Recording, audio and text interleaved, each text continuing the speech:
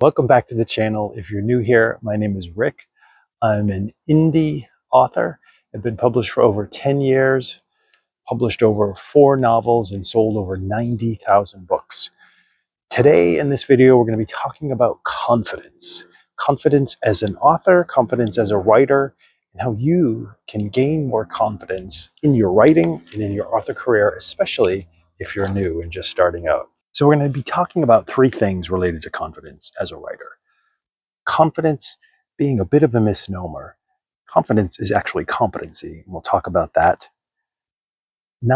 Secondly, not giving a fuck. That's a lot of fun. We'll talk about that. And then thirdly, understanding, and how understanding something can really help you gain confidence. Mel Robbins, in a recent podcast, talked about confidence, the definition of confidence actually being the willingness to try. And confidence is not a feeling. It's more about an action, right? It's confidence, it's a misnomer. Confidence comes with trying, it comes with the willingness to take action in doing something before you're actually ready. It's a bit like going for imposter syndrome. We talk about imposter syndrome as sort of a negative, right? That we don't want to be considered an imposter, but what that really is doing things before you're actually ready and taking action, because you can't feel confident. You can feel competent, but you can't really feel confident. If you're feeling competent, you feel good about what you're doing, but in order to move forward and to take action, you have to work in an uncomfortable space, in a space that you don't know. For instance, when I started out at college, I was a pretty shitty student in high school. I hate to say it, but I almost didn't even graduate. I mean, that's how bad I was. And when I went to college, I almost didn't get in, first of all. And I remember sitting in the dean's office on the interview, and for some reason, my guidance counselor in high school and he had a connection, and he did a favor for my guidance counselor and let me in.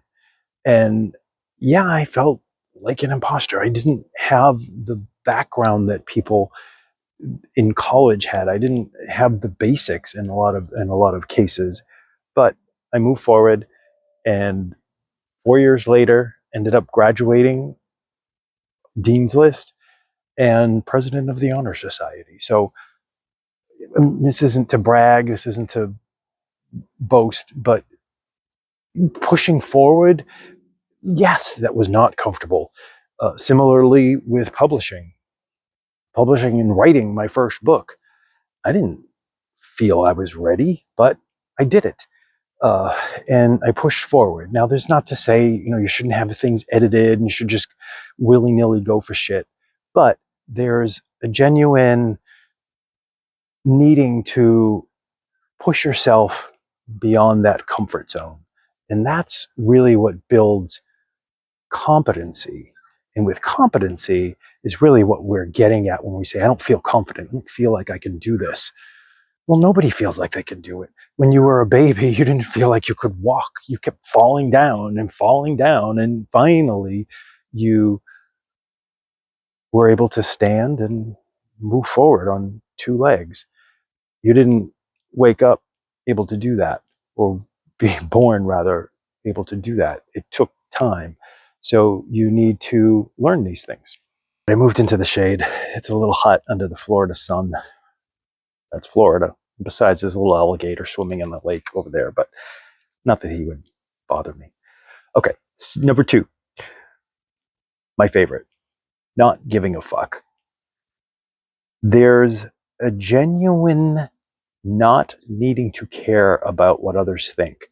This builds your competency, to go with the first issue, which drives your confidence, right? So not giving a fuck about what others think.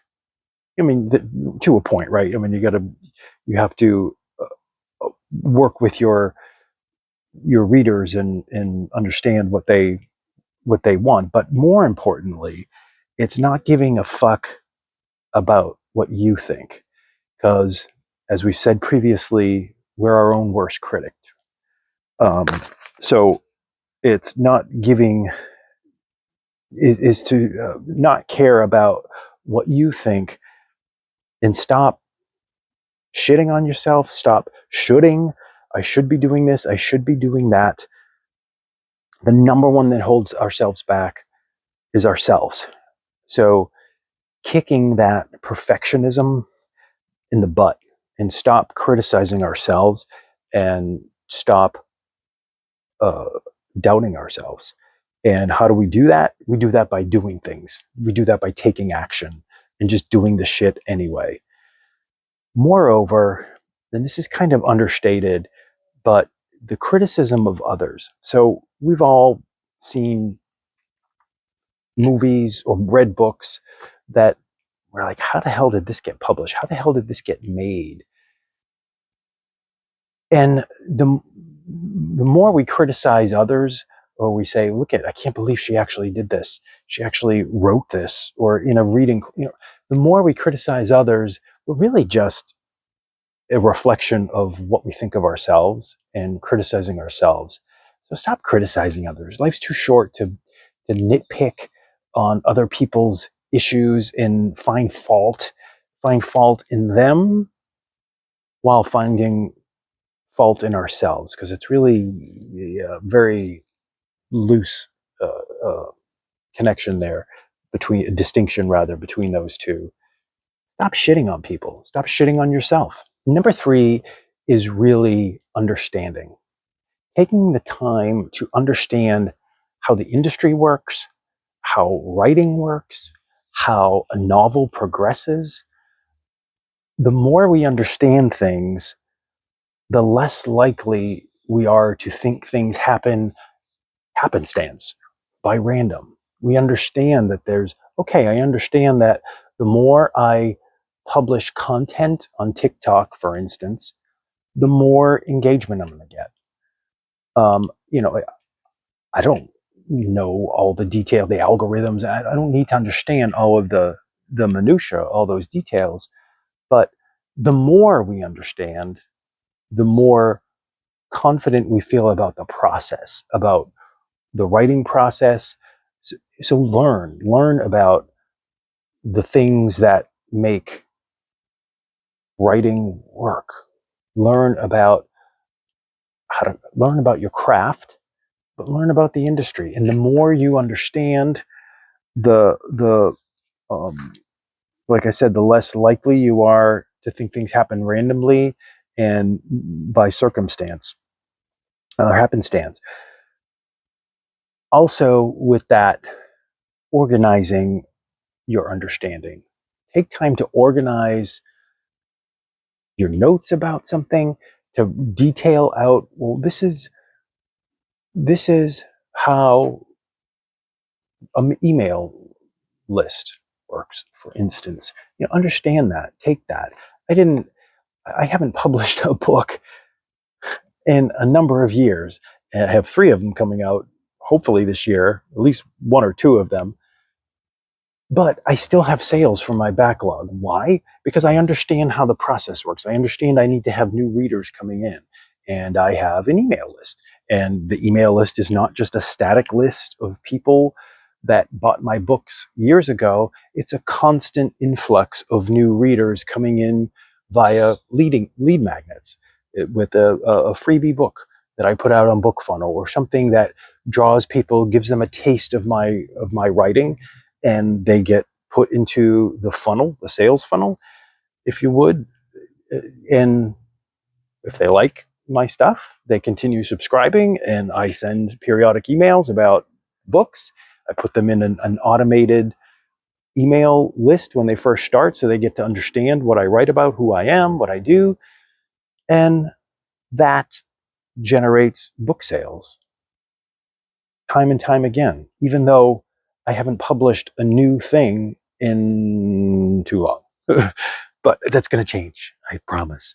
Um, So understand how those things work. Understand how the sales process works.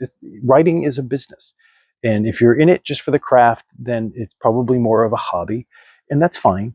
But if you're into it to turn your life around in a way that you're influencing others, or maybe that you're making a living off of this, then you need to understand the business, and to understand that there's uh, uh, tons of resources, some resources here in this channel, on YouTube and elsewhere, to help you understand that whole process. And more importantly, is taking action on those understandings. The more you learn, put it into place. Otherwise, it's just notes, right? It's just not. It's just you need to not only understand, but do and take action. So that's it. Those are the 3 steps to gaining more confidence. If you like this, I'd love to hear from you.